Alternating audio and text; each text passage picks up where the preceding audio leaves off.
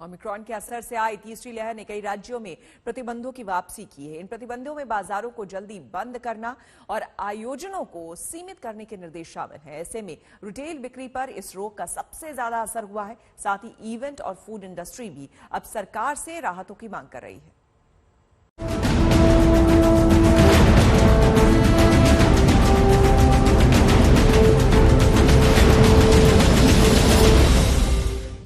Omicron की वजह से आई कोरोना की तीसरी लहर भले ही लोगों के स्वास्थ्य पर ज्यादा भारी न पड़ी हो, लेकिन कई सेक्टर्स की सेहत पर इसने तगड़ा अटैक किया है। हॉस्पिटैलिटी से लेकर वेडिंग और इवेंट इंडस्ट्री के साथ ही रिटेल और फूड इंडस्ट्री तक को इसने तगड़ी चोट पहुंचाई है। प्रतिबंधों की वजह से सामान्य बिक्री के साथ ही शादी ब्याह के लिए होने वाली खरीदारी में कमी आई है। Research and rating agency ICRA के मुताबिक 2021-22 में फैशन रिटेलर्स प्री कोविड स्तर के 70 से 72% के बराबर ही बिक्री कर पाएंगे। ओमिक्रॉन के अटैक की वजह से ICRA ने अपने पूर्वानुमान में 8% की कमी की है।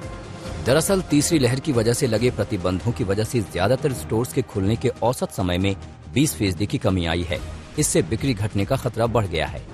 बिक्री घटने की एक वजह शादियों में मेहमानों की सीमा घटाया जाना भी है।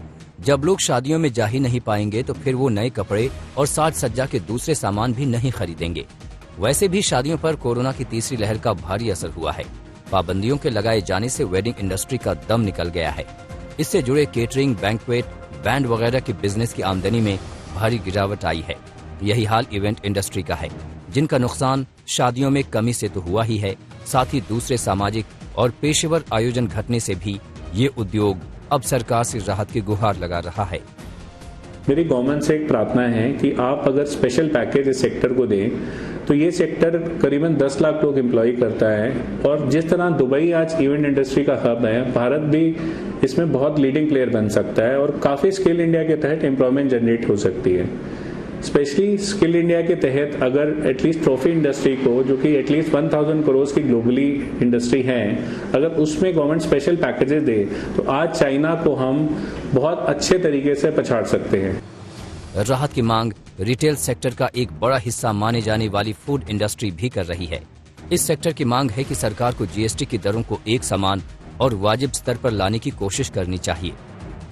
इस बजट सेशन के अंदर जो फूड इंडस्ट्री एक इनपुट चाहेगी वो ये चाहेगी कि 5, 12, 18 जो अलग अलग आइटम्स हम लोगों ने बनाए हुए हैं या डिफरेंट टैक्स स्लैब के अंदर हमने डाला, उनको एक यूनिफॉर्म टैक्स स्लैब के अंदर डाली जैसे वैट के अंदर होता था, और वहीं उनके साथ ही साथ input claims, tax input claims बाकायदा मिले जिससे प्रॉफिटेबिलिटी के अंदर थोड़ा कुशन आए और वहीं साथ ही साथ एक ग्रोथ के भी एक एंथुजियाज्म भी क्रिएट होता है।